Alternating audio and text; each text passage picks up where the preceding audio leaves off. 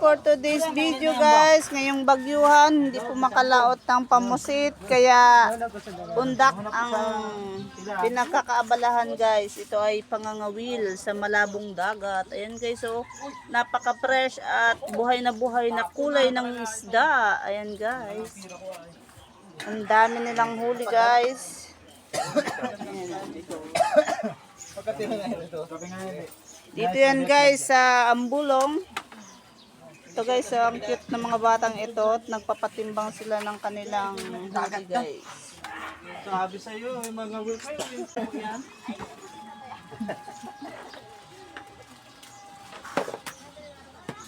Yung kape libre? Oo. Pwede magkape? Sige. Tinapay? Yes. Hindi nga.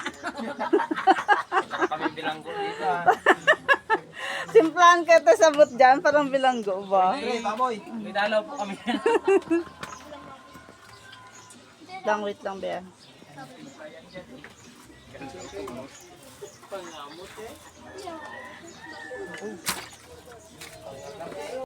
Guys.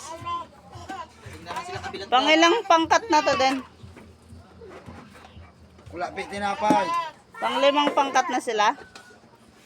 Ayan, pangkat ni Lapatoy, ni Nisyo, saka ni Sunny Boy. Tatlo lang kayo kanina?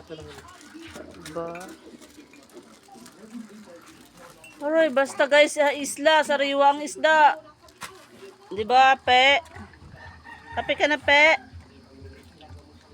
Kape.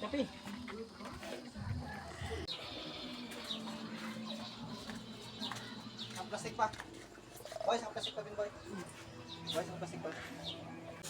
Hindi amin ulit to. Hindi pa buhos lang. Mga lawian. May mga lawian pa. Baboy. Ano ba yung dito? Tinanggal mo na. Yung? Oo. Boy, pa-extra yun ako, boy. Ang boy, tayo dakat, boy. At ngayon naman guys, magre-re-ice tayo ng isda. Ibubukod na po natin yung magaganda-gandang klase. At para hindi nahalongkatin ng mga namimili ng pang-ulam. Ayan. Kumuha ka na lang pang-ulam natin. Ayan ay alumahan. Ayan, ibinubukod yan ni Honey pang-ulam namin. Ayan. Guys, so ang gaganda ng isda sa huli ng kawil. Ayan guys, napuno na rin ng isda. Ayan, napakaganda talaga ng kulay. Kape.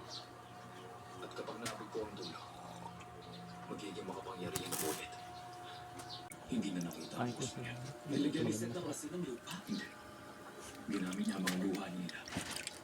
Bali ngayong araw ay 7 pangkat yan guys. Nakapuno kami ng bali 4